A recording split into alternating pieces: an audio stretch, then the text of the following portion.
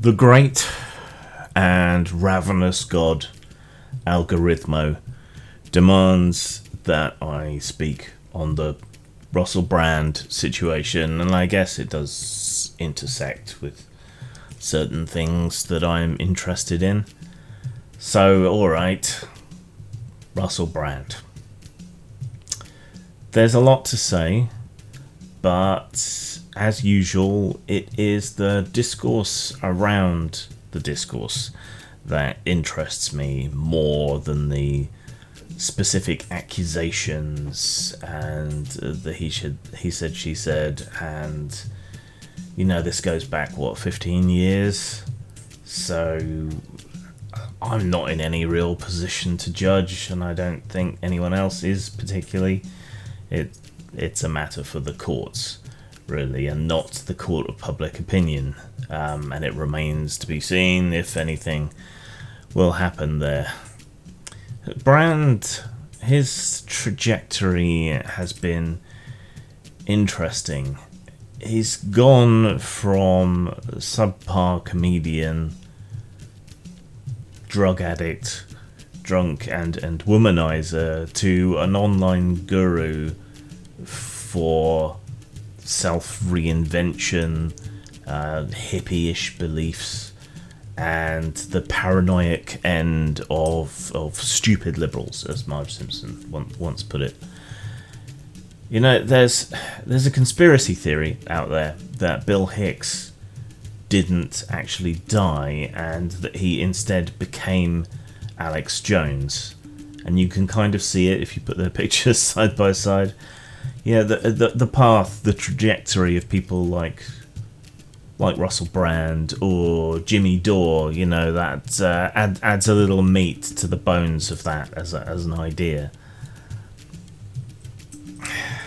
I will take the risk and say a couple of things, though. It is worth remembering that there have been a few high-profile accusations over the last few years that haven't exactly panned out, where people have been found innocent, but their careers and so on have already been destroyed. I think Brand largely destroyed his own career already before all of this, but yeah, it is worth remembering that that accusations aren't proof in and of themselves, and that we should let the system figure out what really happened here, if indeed anything did. Everyone does have the right to be considered innocent until proven guilty, even if we think they're a paranoid conspiracy theorist, a dick, and all of these other things. And that's not just for the courts, it's a good rule of thumb for real life as well. One should not believe things until one sees evidence of them. One should withhold judgment. And I think it's also worth noting, just to pump the brakes a little bit, because this has been seized upon as fuel for the culture war. It's worth noting that if these accusations are true, it's still a relatively small number of Brand-type people assaulting and making life miserable for a relatively large number of women. It is indeed not all men. And if I can stick my neck out just a little bit, rape and sexual assault of men by women isn't even considered rape or sexual assault in a lot of jurisdictions, and there are virtually zero resources for male victims. While I think we can see the effort that has gone to, even extrajudicially, to help alleged female victims. I only say this because there is this generalised level of misandry coming off this. Everyone's got a story. Yes, it is all men. That sort of thing. Right? That's dangerous. That sort of reaction. But yeah, to me, what is more interesting more arresting, more noteworthy, is this little microcosm of Brand's issues and how that relates to broader societal phenomena. So Brand has set himself up as this alternative media guru, and he has groomed his audience by suggesting that everything is a conspiracy, that you can't trust mainstream media. You know, he was a big source of idiocy during COVID, and he's not the normal kind of right-wing conspiracy theorist that we're used to seeing. He is an ostensibly left-wing conspiracy theorist, though he would say that he's above and beyond all of these political labels or whatever. But there is this crossover between those conspiracy types, especially the anti-vaxxers, the kind of natural living sort of people who do anything but.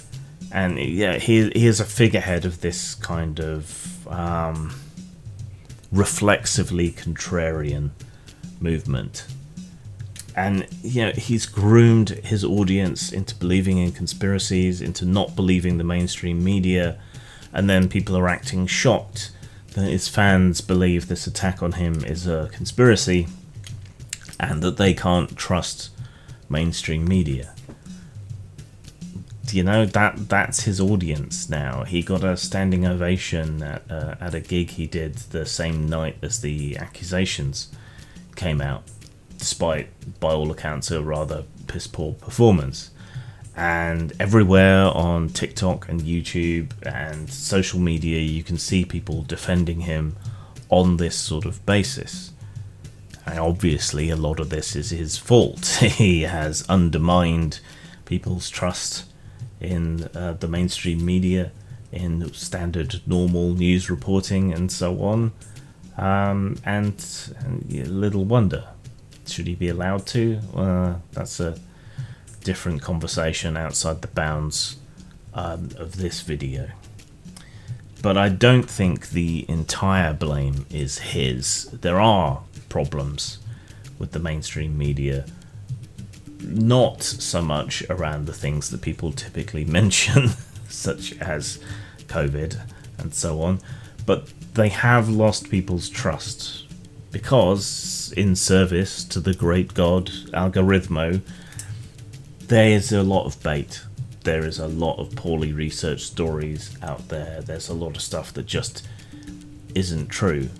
And the Gell-Mann amnesia effect, you know, where you read a story that you know isn't true, turn the page and read another story and don't give it the same critical treatment, I think that has faded away somewhat. When the media loses you on one story, these days it seems like you do become suspicious of the whole.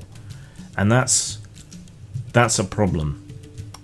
And I think it's a twofold problem. It is not profitable to tell the truth. So this is a problem with capitalism as a whole. It tends to distort the goals of everything because profit becomes the goal. The goal of news media should be to inform, right? Not to entertain, not to confirm our prejudices. And alternative media was a big hope that one could escape the agendas of the Murdochs and so on, but instead we end up with people like Russell Brand, performative paranoics, right? That's not good for anyone. But the media has lost people's trust by chasing ALGORHYTHMO. And all the other problems that they have created. In chasing money, in chasing ALGORHYTHMO, they have alienated such a huge swathe of their own audience and also pandered to them by presenting them what they want to hear rather than what they need to hear.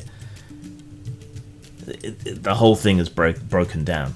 So, and there's no easy way back. There is no easy fix. There is no clickbait headline you can use to win trust back. Winning trust back requires you to very consistently and over a long period of time work really hard to present the truth, to genuinely inform people, right? But that takes years and it's not profitable.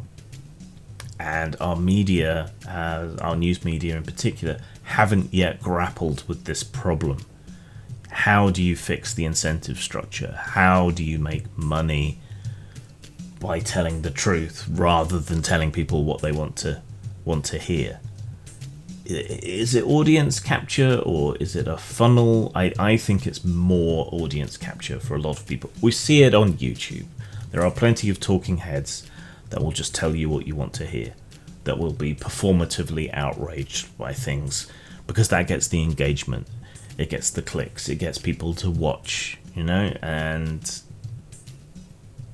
that's why I'm talking about this, in part, at least, because I know ALGORHYTHMO will pick up on it and bring people here, but I'm using it as a springboard to talk about something else rather than Russell Brand. So maybe there are other ways that you can use this broken system, the same way I debunk far-right conspiracy theories myself, by creating thumbnails and titles that look like I'm just talking about it, So maybe there's a way around it, but I don't know if that will work. I don't know if it'll work for everyone. I don't know if it works me doing it, really, but you shouldn't have to distort to get an audience and to tell people what's up, It's interesting, though, looking at Brand and then looking at Trump. And in both cases, it doesn't actually matter what he did or didn't do. The people making the accusations, the people trying to get either of them taken to court and so on, they're operating under the old paradigm where this should end their career. And to an extent, it will certainly hurt both of them, but not as much as people want it to. He is presenting it as a stitch-up. His audience is primed to view it as a stitch-up. Both Brand and Trump will wear these accusations as a badge of honor now, and it will make them more popular amongst their base. That's concerning, right? It doesn't matter how meticulous the research is, what evidence there is. Either way, in either case, their cult is gonna just follow along. Brand's audience gave him a standing ovation at the end of his performance on Saturday night. Trump becomes more popular amongst his base each time a new accusation appears. So all of this looks like it's backfiring spectacularly in both cases. And in the case of Brand, I guess somewhat ironically, it's going to turn him into an alt-media paranoid martyr. And considering his vague resemblance to our idea of Jesus, that's pretty ironic. Zang.